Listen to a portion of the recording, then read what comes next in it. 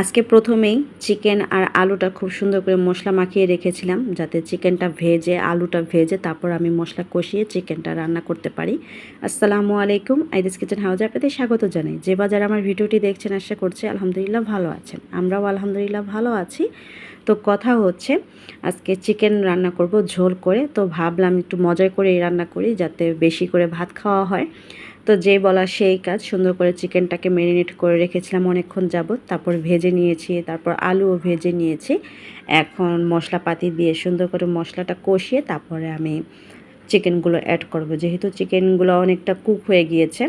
তো এর জন্য মশলা কষিয়ে তারপরে রান্না করছি। আর এমনিও চিকেন যদি হাতে মাখিয়ে বসান বা মানে বিভিন্ন রান্নার মাধ্যমে বিভিন্ন স্বাদ হয় আর কি।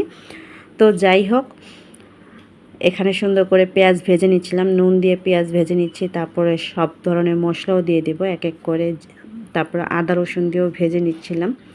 তো আজকের মুরগির রান্নাটা খুবই দারুণ হয়েছিল, আমরা খুবই মজা করে খেয়েছিলাম গরম ভাতের সাথে, ঝোল ঝোল চিকেন তরকারি ভালো লাগছিল।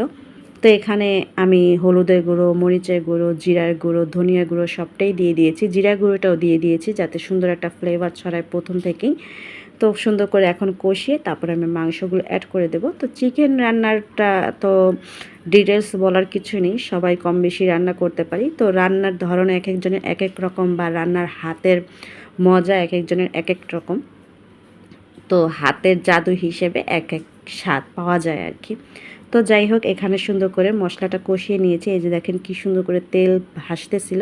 তারপর আমি একসাথে সব আলু আর মাংসটা একসাথেই মিক্স করে দিলাম, যেহেতু আগে থেকেই ভাজা ছিল। তো এখন বেশি একটা সময় লাগবে না, শুধু একটু কষিয়ে তারপর আমি ঝোল অ্যাড করে দেব, হয়ে যাবে। তো খুবই ভালো লাগে আমার। মনে করেন যদি আমি 4-5 দিন মাছ রান্না করি, হঠাৎ একদিন বা 4-5 দিন পরে আমি চিকেন রান্না করব, আমার খুবই ভালো লাগে। সেদিন খুব আনন্দ আনন্দ মনে হয় যে একটা অন্যরকম রেসিপি করছি বা অন্যরকম রান্না করছি। তো সেরকমই একটা আনন্দ লাগছিল। আবার মনে করেন 4-5 দিন মাছ খেয়েছি, 2 দিন মাংস খেয়েছি, এখন যদি হঠাৎ করে বলি যে একটু ভর্তা করি, তো ভর্তা করতে তখন আবার আগ্রহ জাগে আর কি। তো আমার মতো এরকম কে কে আছেন অবশ্যই কমেন্ট করে যাবেন। মানে আমার একই জিনিস 4-5 দিনে বেশি ভালো লাগে না, বা 2-3 দিনে বেশি ভালো লাগে না। তো আমি ভর্তাও বানাই খুব আগ্রহ নিয়ে, উৎসাহ নিয়ে, হাসি মুখেই বানাই। তো এখানে সুন্দর করে মশলাটা কষানো হয়ে গিয়েছে, আমি কাঁচামরিচও অ্যাড করে দিয়েছি, তারপর ফাঁকে একটু পানিও অ্যাড করে দিয়েছি। এই যে এখন ঝোলটা আর একটু শুকিয়ে তারপরে আমি মাংসটা নামিয়ে ফেলবো। মাংসটা রান্না আমার রেডি। এই তো আমার সম্পূর্ণ মাংস রান্না রেডি।